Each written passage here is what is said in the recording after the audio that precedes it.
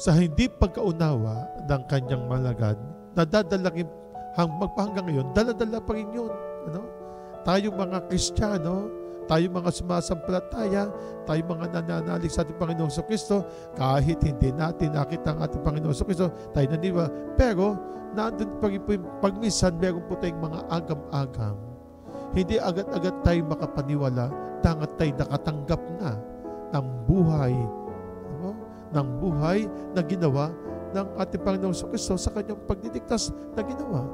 Ang lahat-lahat ng mga pangyayari, kung tayo po'y nalungkot, ano po? Kung tayo man lamang, sabi natin napag-isa, kung tayo man lamang, sabi natin tayo ba'y tinaraydor, ano po?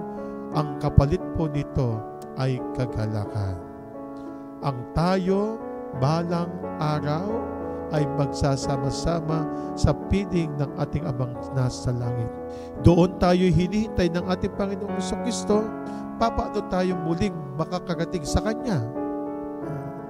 Ang tayo, habang tayo nabibiyayaan ng buhay dito sa ibabaw ng lupa, ang tayo'y gumawa ng mga pagkilos, paggalaw, paggawa ng naaayon sa kalooban ng ating Amang nasa langit.